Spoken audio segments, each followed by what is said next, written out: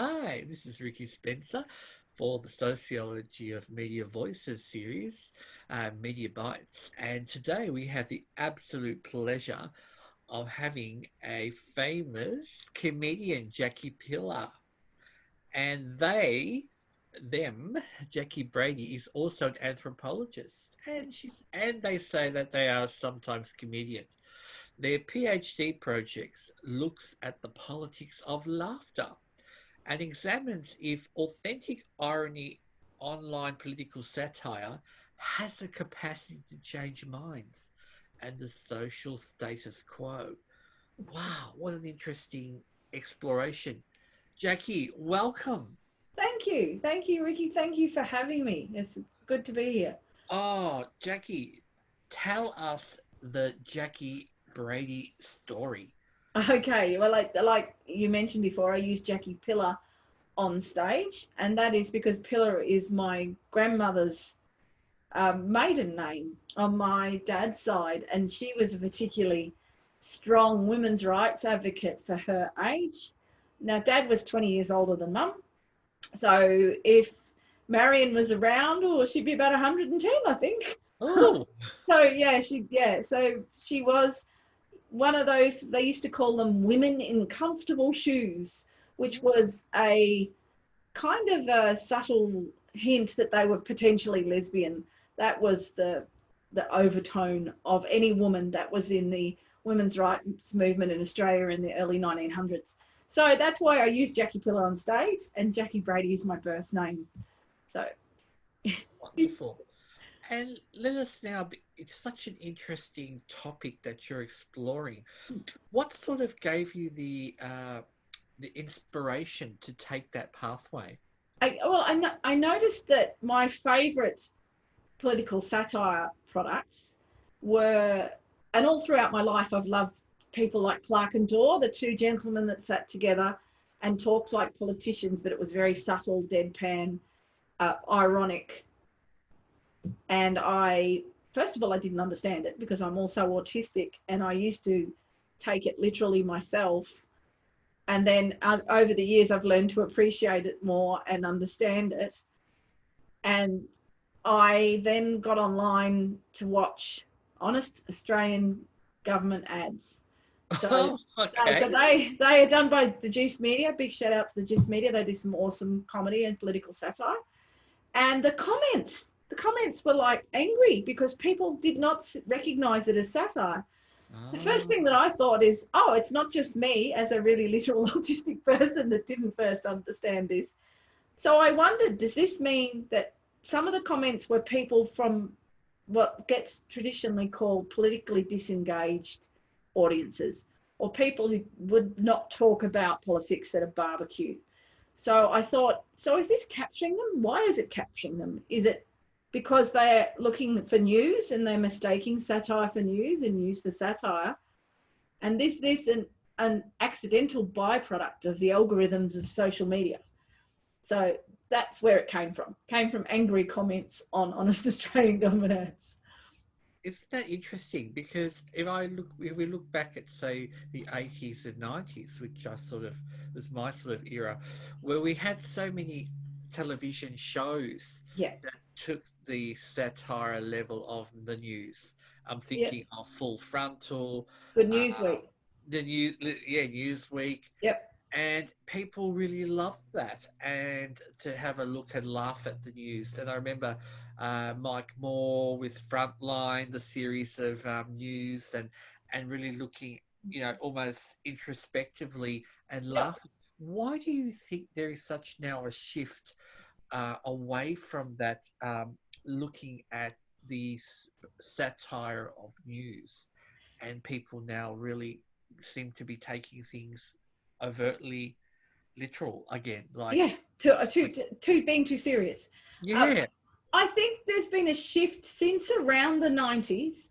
I think I've recently starting to put together a bit of a timeline, but we're seeing some things like in 1986 and 1989, Wendy Harmer, who used to host The Big Gig, made some comments to the Australian Financial Review about we're not doing enough. Where are our sitcoms? Where we should have, that the 70s and the 80s even though we have fond memories of the 80s and the 90s, it still wasn't equivalent to what was going on in the United States or in the UK.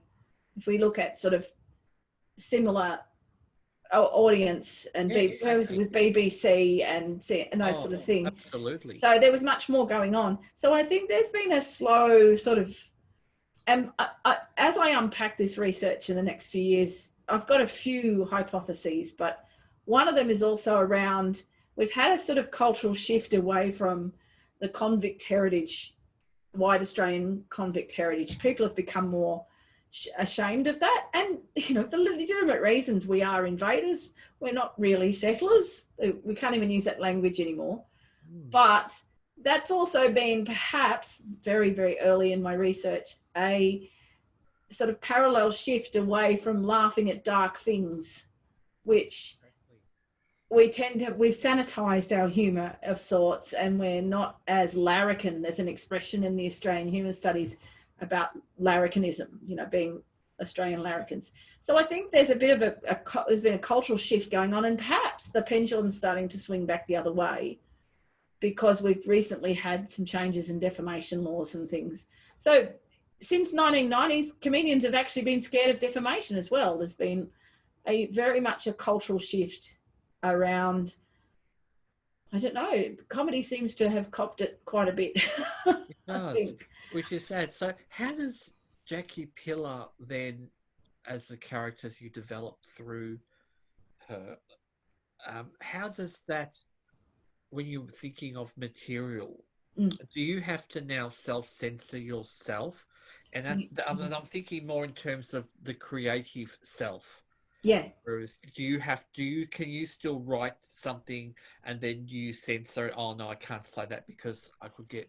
Yeah, I think it's very audience specific, and if you look at some of the audience reception theories and things, it's very audience specific. But I'm very experimental in the comedy world, which I had someone on Twitter say, you know, to me, you really need to streamline your brand. What's your brand? And I went, oh, my brand is chaos. because I'm experimental. I'm playing with characters. I'm playing with reproductive rights comedy. I'm playing with political comedy. I do musical comedy, which I've started to do as well. But it is about me testing the levels of self-censure, because that's a very important part of my thesis. So as an anthropologist who started to do some comedy, and I sometimes call myself a comedian and sometimes call myself an anthropologist, that's very anthropological, isn't it? It's like, isn't it? I was just thinking about that. I was going to say that the next line, or my next question was, so does that mean your audience shapes Jacci Pillar? Yeah, and so I really, like, I did Midsummer with the awesome Pride of Our Footscray, and I was delighted to see the show where I could experiment with musical comedy and with concepts like swearing. So I wanted to have a really obscene set where I swore a lot, let's call it that. And I actually got the whole crowd swearing back at me in sing-song. Oh, gosh. And part of it was about this notion that laughter and swearing come from the limbic system. So often people laugh at things that are inappropriate, and then they get reprimanded for laughing at things that are inappropriate. But it's part of a survival mechanism. It's part of our limbic system. So, you know, at one level, we're sort of denying our very humanity when we don't allow people the freedom to laugh at pain or grief or death or those things. And then at one level, there are some things that as a culture and as humanity, we do need to censor. You know, like I have been to comedy where people are attacked and we call it punching down. And, you know, that's... and I know people are always going to laugh about it. There's always going to be people that do, but I think as a cultural and as community art space, we can do better. Oh, absolutely. And going on to that, what do you see as the future of say, stand-up comedy in, say, modern Australian and overseas spaces?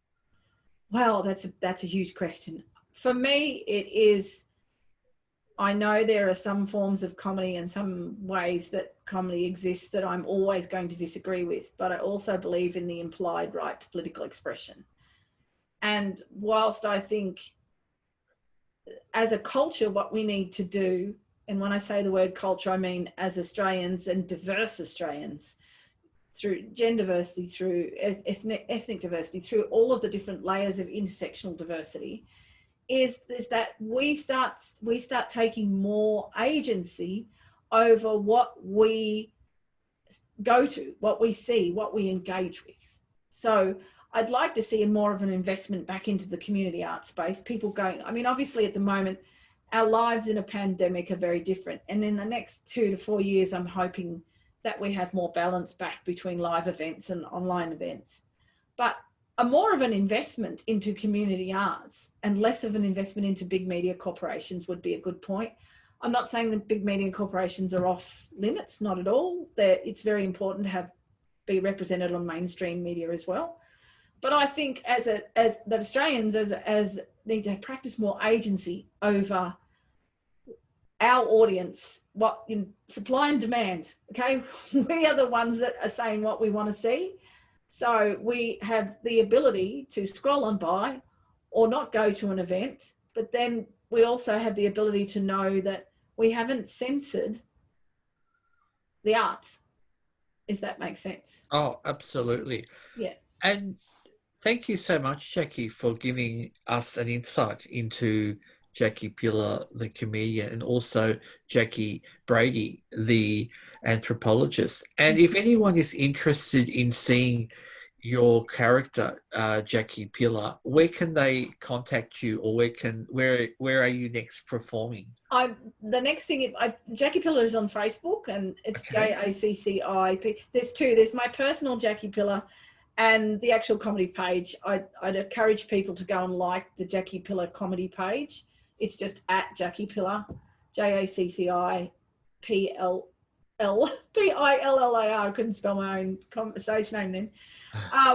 But coming up on August 10th at Trades Hall, I think it's a 7:30 start. Yes, Trades Hall is Tardy, Ready and Disabled, which is about stereotypes. And Excellent. And it's about the three stereotypes that I experience most. One being queer, being a non-binary asexual person. Two, being autistic. And the third one is being I'm a veteran. I'm a veteran of military service. So I look at how those three aspects of my life intersect. And there's a bit of music in there.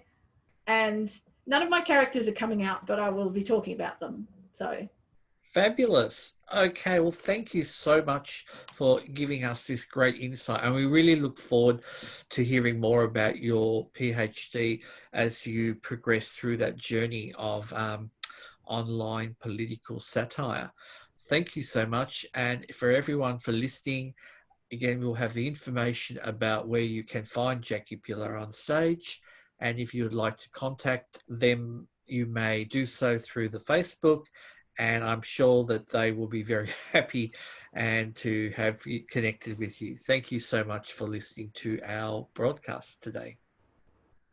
thank you.